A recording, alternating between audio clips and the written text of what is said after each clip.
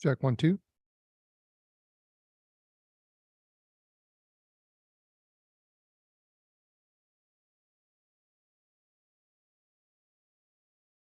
Check, check.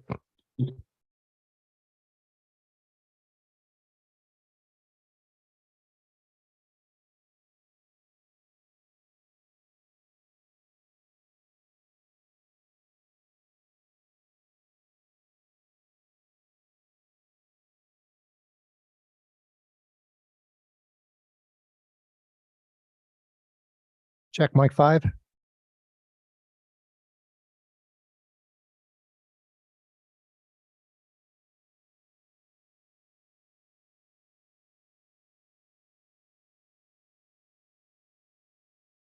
Mic 7.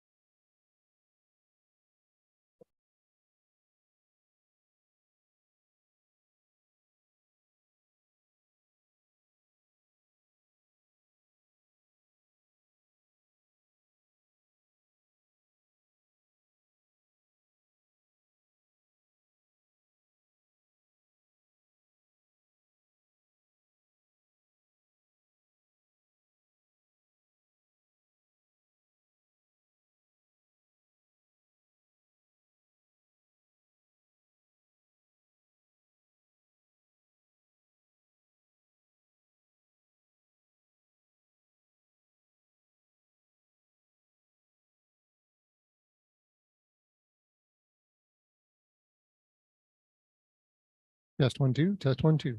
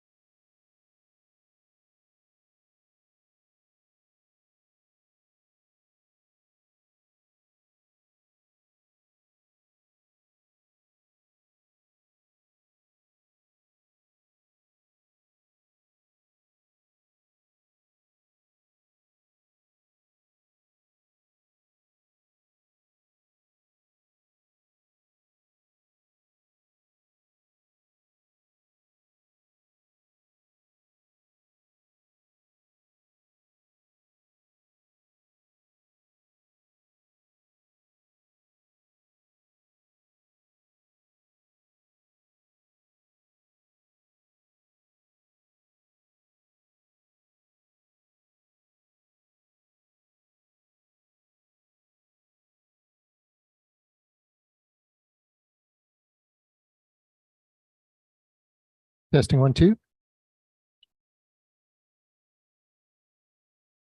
Check 1, 2. Testing 1, 2.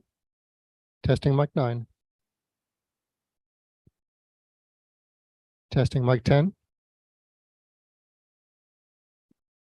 Testing.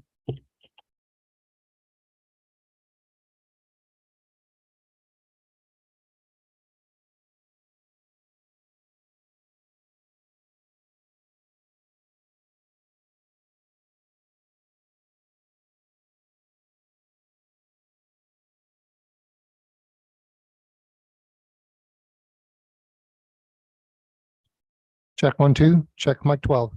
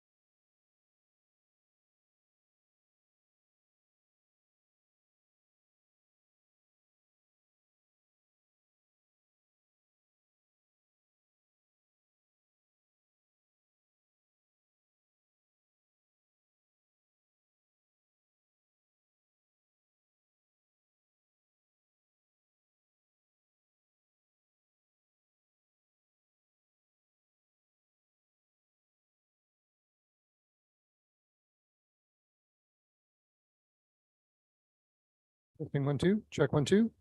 Check 1, 2.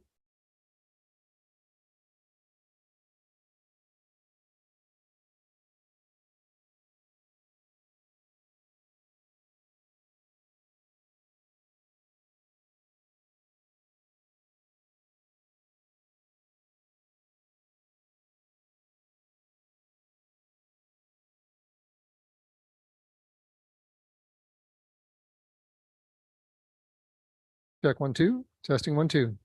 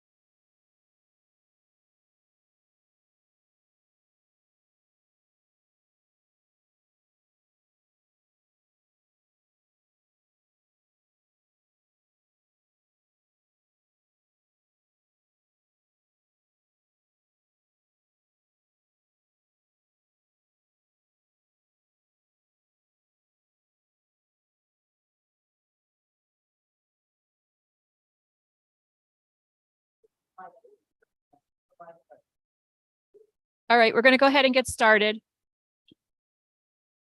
Rise for the Pledge of Allegiance. This is it. I pledge allegiance to the flag of the United States of America and to the republic for which it stands, one nation, under God, indivisible, with liberty and justice for all.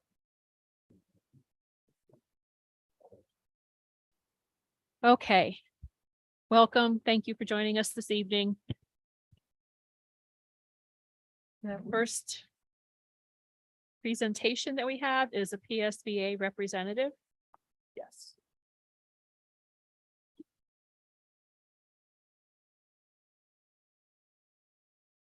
Good evening, everyone. My name is Jessica Ports, and I'm here tonight on behalf of the Pennsylvania School Boards Association to honor a few school board directors for their years of dedication to Athens Area School District. School board service has long been a crucial part of our nation's legacy and its commitment to public education. As the first school boards association in the United States, PSBA has a rich history of more than 125 years of service. School directors are described as ethical, principled individuals with a deep desire to serve. They believe in the value of our public schools and local control of public education for the benefit of all students. Today, school districts are expected to offer more services along with world-class instruction with limited resources.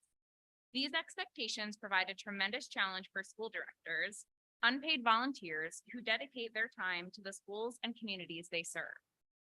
For almost 40 years, PSBA has been acknowledging the contributions of dedicated local school directors with long-term service.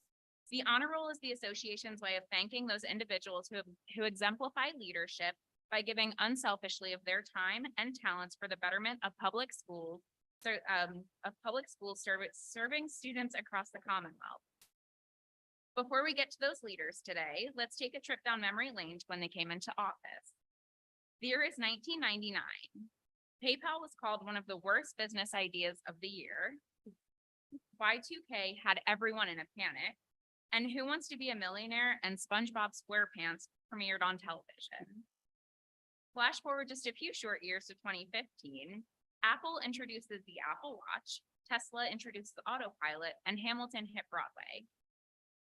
All kidding aside, I'm very pleased to be here tonight to recognize the following for being part of this rich legacy. We have Mr. John Chiranowski, who I understand is not here today. That's correct. Wonderful. We've got with Ms. Melkamp. And we have Mr. Charles Frisbee for 24 years.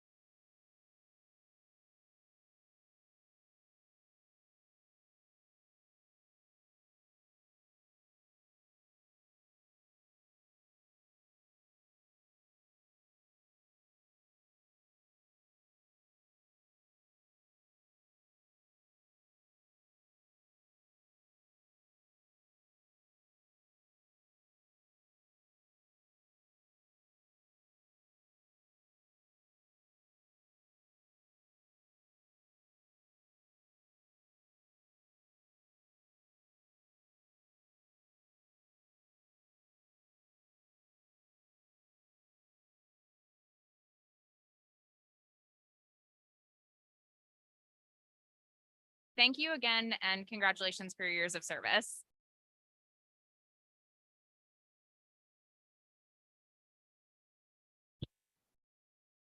Okay, we'll now move on to committee reports. For the first one is Finance and Operations Committee. I've got this one. Just a couple things to note. Jody Strait from Chambers Busing met with us before the meeting. And gave us a brief update on some of the federal changes to what it takes to become a bus driver. And it kind of alludes to some of the challenges we're going to have facing us, getting more bus drivers. The other thing we had was Jeff gave a brief update on the annual inspection for the turf field. We're still in pretty good shape. And that's all I have. Okay, thank you. Any questions for Finance and Operations Committee? All right, so we'll move on to Personnel and Policy Committee. Natalie? Hi, everyone. So we did have a large number of policies to review tonight for first reads.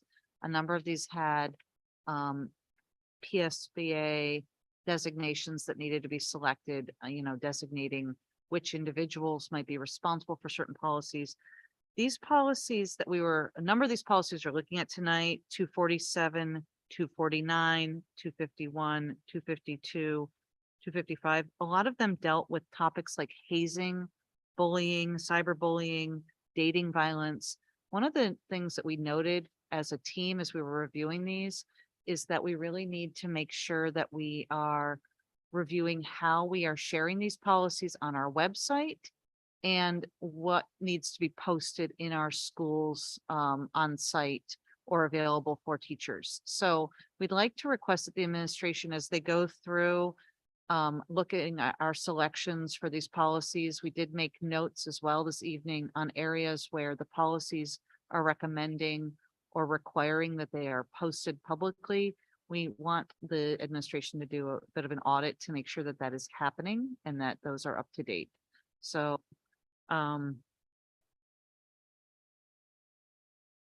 the hazing policy, which is 247, this bullying and cyberbullying, which is 249, dating violence, which is 252.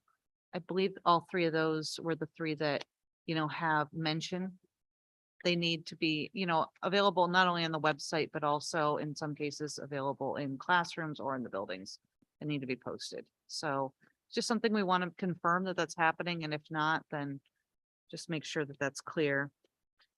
There were a number of other first read policies, related to food services.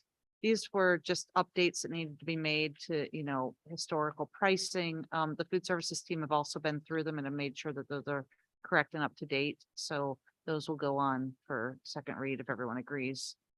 And then the other thing I wanted to call out that we talked about tonight, at our last meeting, there was some conversation about our dress and grooming policy. So we did review that this evening. We looked over the policy, which we had reviewed last March. We do not recommend any changes to that policy itself. It's pretty standard, very clear, pretty high level. What we also went through though was the dress and attire guidelines that are in our handbooks and made available to students and their families at the start of the year. There is variation between what all three, what is available for elementary, middle school, and high school levels. After review, we believe that the guidance on dress and attire that is in the middle school handbook is the most standard, best practice guidance. We can make it available for everyone to take a look at, but it's very clear.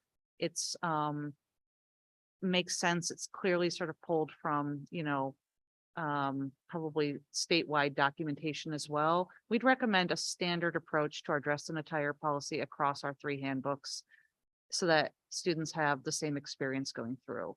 So we can make that available. It is the published dress attire guidance in our handbook, but we think that would make the most sense for all There's- of our schools. These are the three school policies now, or three guidances now, and But there's variation in all of them. And, that can be really confusing. And even just for enforcement and what that means for parents. so So, from K through 12, they're gonna have the one posted so that they know Yeah. what to expect, So- and it's consistent throughout each building instead of moving from building to building. so I think that's something that for the administration, that's something you can move forward if you Yeah, agree. absolutely. And we'll take a look at that. Unfortunately, we hadn't had the meeting today, but we have one again in 2 weeks. And we'll bring it together and we'll get a standard one fits all, one size fits all. kind of Yeah. And we recommend the middle school guidance. We looked at all three. There is variation between them. The middle You said the school. Middle school is the most. Middle school is the clearest, and elementary has long stuff, but it also has stuff that's obsolete, like no pajama days. well, not pajama days, but no, don't wear pajamas. And we just thought this gets silly. So we tried to go with what is the clearest guidance for all three. And we don't recommend any changes to the actual policy, just clarity around the dress attire guidance given to parents Thank you. and students. Yep. Any questions? And Kathy Jo, did I cover everything? Yeah, no, you did great. Yeah, There were a lot of policies that we were looking There were at this evening as quite a well, few. but Mm, I don't think I think, for the team, just to review, everything else is very straightforward, and we'll just make sure that those changes that we're recommending for the PSBA policies are updated. All right, any Thank other you. questions for policy? Okay. All right, so we'll move on to Curriculum, Instruction and Technology Committee. Yeah, I'll cover this one this evening. So we started with Mr. Nichols giving us an update on the new security camera system, which includes new camera hardware as well as some pretty impressive AI driven software for the cameras as well. So Mr. Nichols did a great demonstration for us, showing the various cameras that are currently in place across all the schools. Maybe something the rest of the board would like to see a demo of sometime. It's very impressive. Very high quality cameras, great coverage across all the schools. Some great technology like facial recognition, like things like that I think are, good steps forward towards ensuring the safety of our students. So really nice to see that. I know we've been talking about that as a board for a while, making sure we've got the latest and greatest in the cameras. So good to see the progress we made there. After that, Mr. Toscano took us through a few items, just a general update of how things have been going for the year. We also talked about a textbook that's on the agenda tonight for the board to approve. The name of the textbook is Heavy Equipment and Powertrain Systems. It's going to be for a new class that's going to be introduced at the high school next year. That class is part of our ag program. Specifically, it's called Ag Equipment Maintenance and Technology. So we'll be discussing that here later on the agenda, and I believe Mr. Toscano is going to make the course the details available to all of us after the meeting. We talked briefly about some calendar updates and then also had a brief discussion on the grading policy. We've had previous discussions that there's a grading policy committee that was established, primarily made up of teachers and a couple administrators across the district. And that team continues to focus on consistency of our grading policy across the various grade levels. So that's it. Right. So I have a question on the security system. Are the SROs, are they? Yeah. So the admins and administrators and SROs have access to the systems, and my understanding is they've been trained, know how to interact with the system, know how to watch in real time, know how to go back and look at recordings. Mr. Nichols showed us some pretty cool capabilities where you can actually, I think we call it a case, right? You can sort of look across all the different systems. Let's say you had a trouble with, with a kid, right? Getting a fight or whatever. You can go to all the different cameras that had that incident happen, put them all together into a case where that could then be delivered to the police or to a lawyer or whatever. So yeah, the SROs have been up to speed on all of that. So we have that system? Yes. Yep. The system is installed, and Mr. Nichols will take us through live demonstrations of actual footage, right? So yep, it's installed across all of our schools. Thank you. Yes. 4. Yep. Yeah. I just Yep. want Yeah. Right. It's everywhere. Right. It's yep. That I forgot. Yep. I don't want anybody to think that's. And I forgot the house call. Inside and out. Yeah. Parking lot. Hallways. Right. What about the bathrooms? I know there was some concern out at SRU. There was an upstairs bathroom that Yeah. they couldn't see, and there was a back door too, I think. It's I don't know if those exact spots, but we did talk about there are. A lot of the blind spots have been addressed. Thank you. And I think we just recently, I think a week or two ago, we did another basic little audit. Mhm. And I think a couple more were need to be added, and I think Clint already has worked on adding. All right. Yeah, that seems very impressive. The exterior cameras are rarely. Yeah. impressive. Mr. Nichols was taking us through, and he sort of did a zoom into the parking lot. You literally could probably almost read license plates in the parking lot if you wanted to, right? It's Okay. it's much more than just movement. You can take out very, very detailed characteristics. And that was through some of our ESSER funds? Where did that money come from? It was budgeted.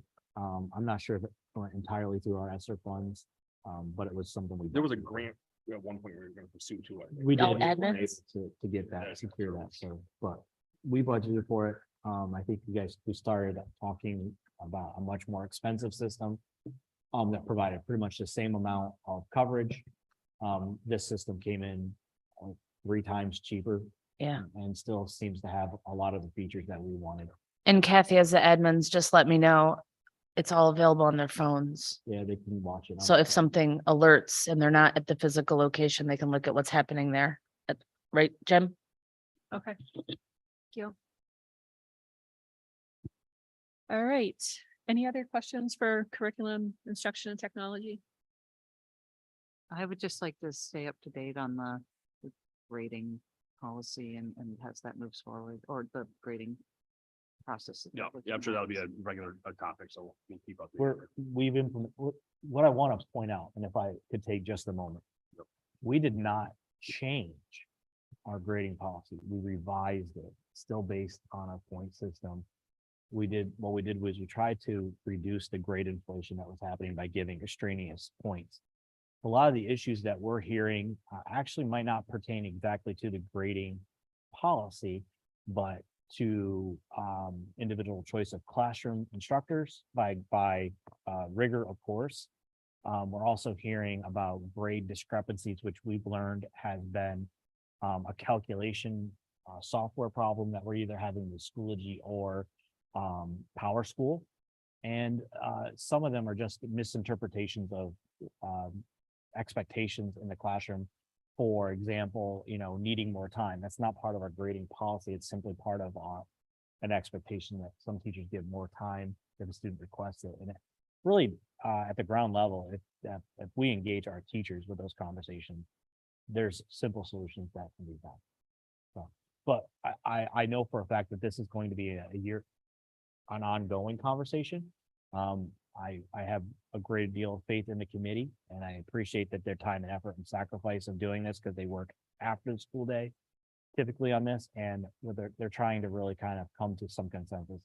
The real problem is we have 160 teachers, give or take, plus or minus 2 on. I think all of them have a different interpretation of what a grade represents. I think on the administrative team, we all have a different interpretation of what grade represents, and also a different philosophy of how grades should be handed out.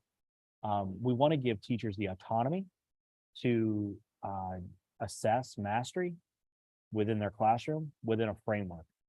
And hopefully through these conversations, we develop a consensus on a philosophy or an approach that meets the students' needs, because what a grade should represent is growth and mastery of content. And we're really trying to drill down on that. And the committee has been, this conversation, and Dave and Mary Ellen are not here, but they're leading those discussions as administrators that I chose to do that, because Mr. Gabriel's at the high school and Mrs. Rhodes is at the elementary school, giving those opportunities to lead those discussions. These conversations are deep, and they're complicated, and they are at times tense, and I respect the dialogue that this committee has put forth to make a real change in our district. So I appreciate them, and it will evolve. It's natural that it will evolve. So I just wanted to make sure that we put that out there, but thank you so much. Okay, moving on. To superintendent's items and reports. Superintendent report, Mr. Stage. Just want to make one mention. I want to give a more in-depth report next week when we're at SRU. There's a lot of great things happening in our district, but a big thank you to all of the staff that helped make homecoming possible this year. It was really nice. The homecoming football game was really nice to see. I think few people were scared away because of the weather, but many thanks to Kids Can't Fight Cancer Alone for joining us for the Gold Out game. We have 3 families in our school district that are dealing with childhood cancer, and the money raised goes directly to them. So we raised approximately $2,200 at the gate.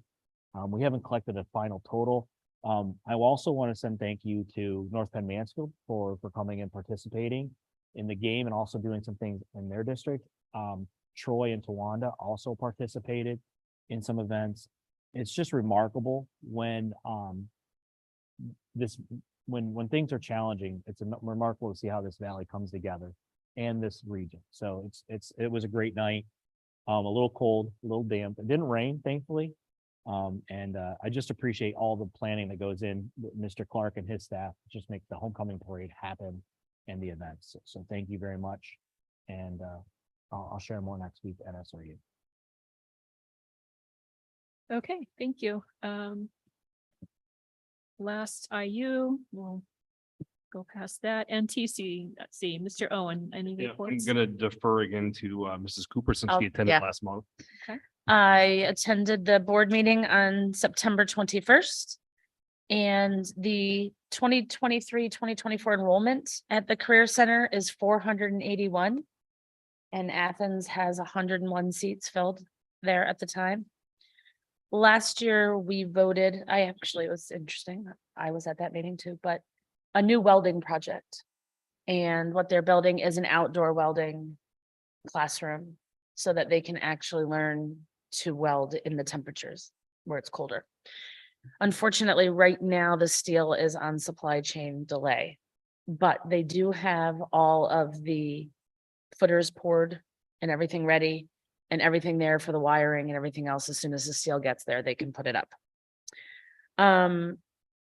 Like we have dual enrollment with the Mansfield Keystone alignment. The Northern Tier Career Center has dual enrollment with Penn College. And that is done on donation. People have donated for them, and so the students get dual enrollment credits and they pay nothing for them, which is great.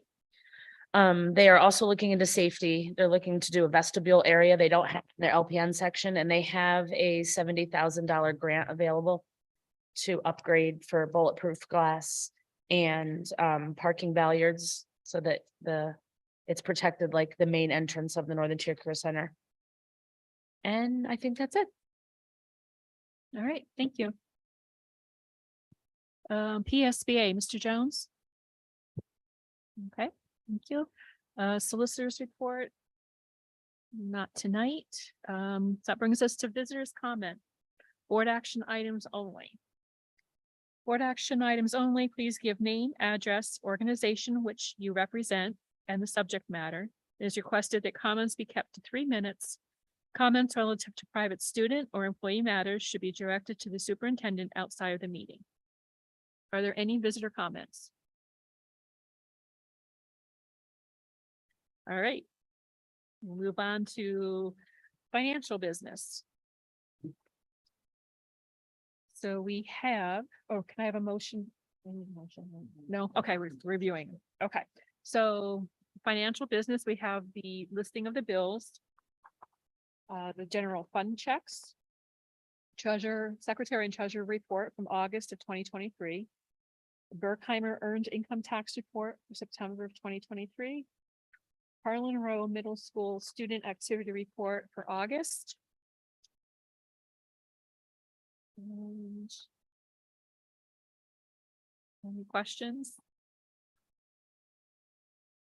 Concern, comment? All right.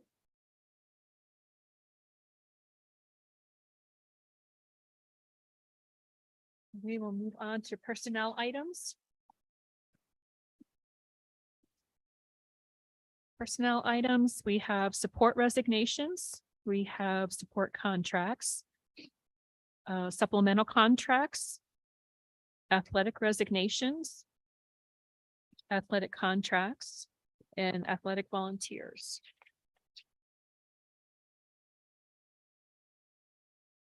Any questions, concerns, or comments?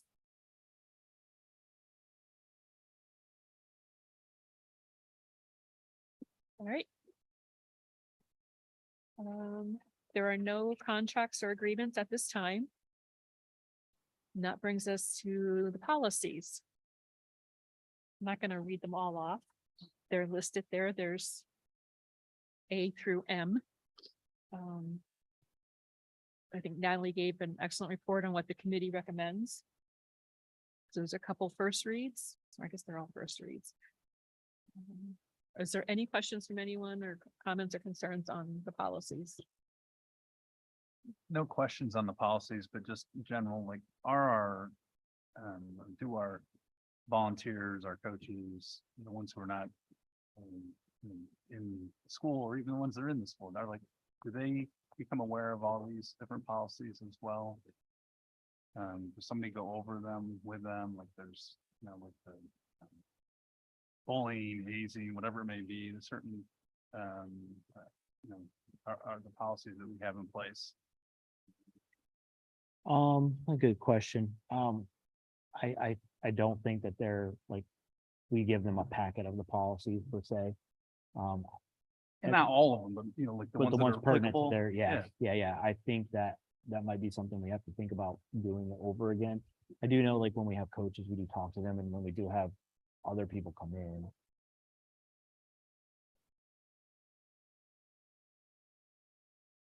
Yeah.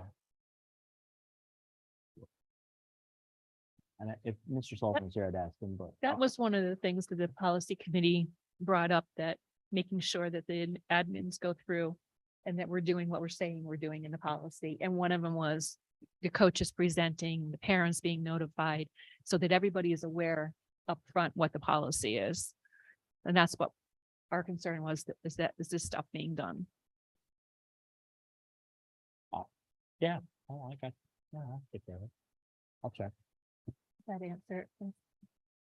No, It's regular parent volunteers, well, we have a lot of coach volunteers as well. We Yep. should be aware of that and it shouldn't just, and I realize the head coach should I then do- be making them aware, but Yeah. there's. and I do know Mr. Sullivan does have coaches meetings before each seasonal start, like the fall, the winter, the spring. And I guess, And I'm that, you know, assuming that's just with the head coaches though, right?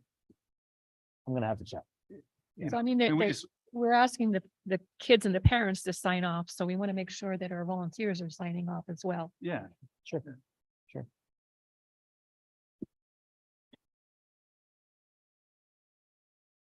Okay. Okay, so any other questions or concerns, policies? All right, so we'll move on to curriculum and instruction. So there is a textbook adoption, the agricultural heavy equipment and powertrain, which I think, who's teaching that course? Will that be Mr.? I think it's an excellent course to be offered in this county.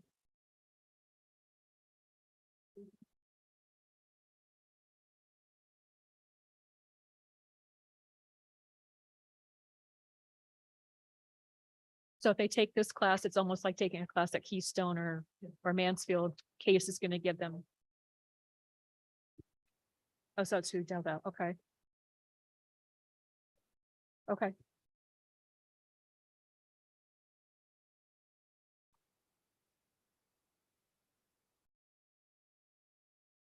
Okay, thank you. Yep, no, I think it's great. Okay, moving on, transportation items. Let's see up here. So we have an updated driver's list. And we have bus contractor contracts. No? Okay. So we will be taking B off the agenda then.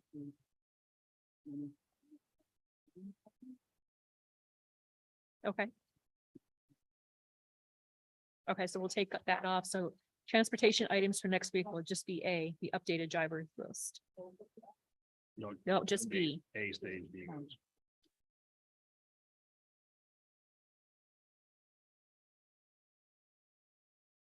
Do we know in those contracts if it's gonna be I think there was like a supplemental gas. Reviewed Cost. last year. Right. I think it's be implemented this contract, I think, right? Was the plan? When we negotiated the new rates last year, Halfway Right, through, yeah. we did another upgrade supplemental for the gas. That's gonna be in we would expect this in that, I would assume. Okay. Next up is buildings and grounds. There's no items at this time. Any other business? Recommended changes to the future board action items. And then that brings us again to visitor comments. Any visitor comments? I'm not gonna read that whole thing because we have one here. Board communications. I don't think we had any, did we? Oh, yeah. So board communications, we have, let's see, a transfer. Personnel transfer in the support position. And field trip request. This is a huge field trip list. I think it's great. The field trips are coming back. For the students. There might be one more that's added before next Tuesday. I know Mr. Carlson tried to get one in. And I told him to send it in, so we'll have to add one more, so that's it. Are they doing their ski trips this year or is that? Fifth grade ski trips, yeah, that's all still happening, so, They just haven't submitted it yet? no, They're looking it up? no, they're probably trying to find a date. Yes, they are. Okay. All right,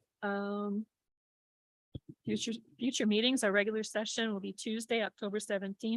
And that's at SRU Elementary at 7 o'clock. And then we have a regular session on Tuesday, Tuesday, November 14th. And that will be here at the admin building at 7 o'clock. The committees will meet at 6:15 on the 14th, prior to the 7 o'clock meeting. Executive session, we'll Can I- have a. Can I have one legal- other thing before we're done? Yep. Looks like you can go ahead. I don't- Okay.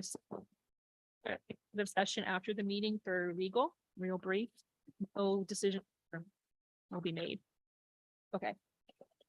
Anything else? Yes, just wanted to make certain we didn't run up on a deadline with the Commonwealth College applying. I know last year was the first year it was put in, I think it was like December.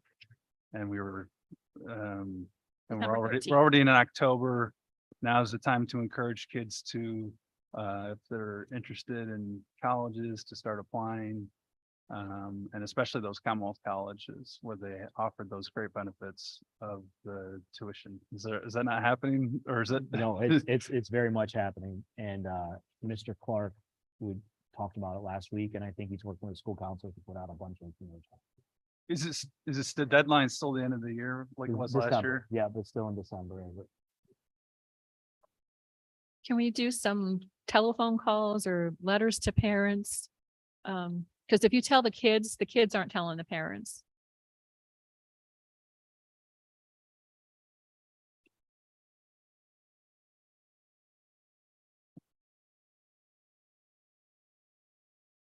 Is it still the same for the scholarships? Yep, Or- it's all the Commonwealth, guaranteed admission scholarship is still all identical the same.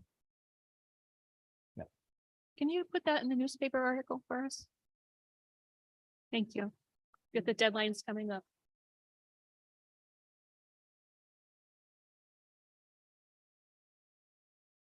Thank Thank you. Anybody have anything else? Just need a motion to adjourn. So moved. Second. Adjourned.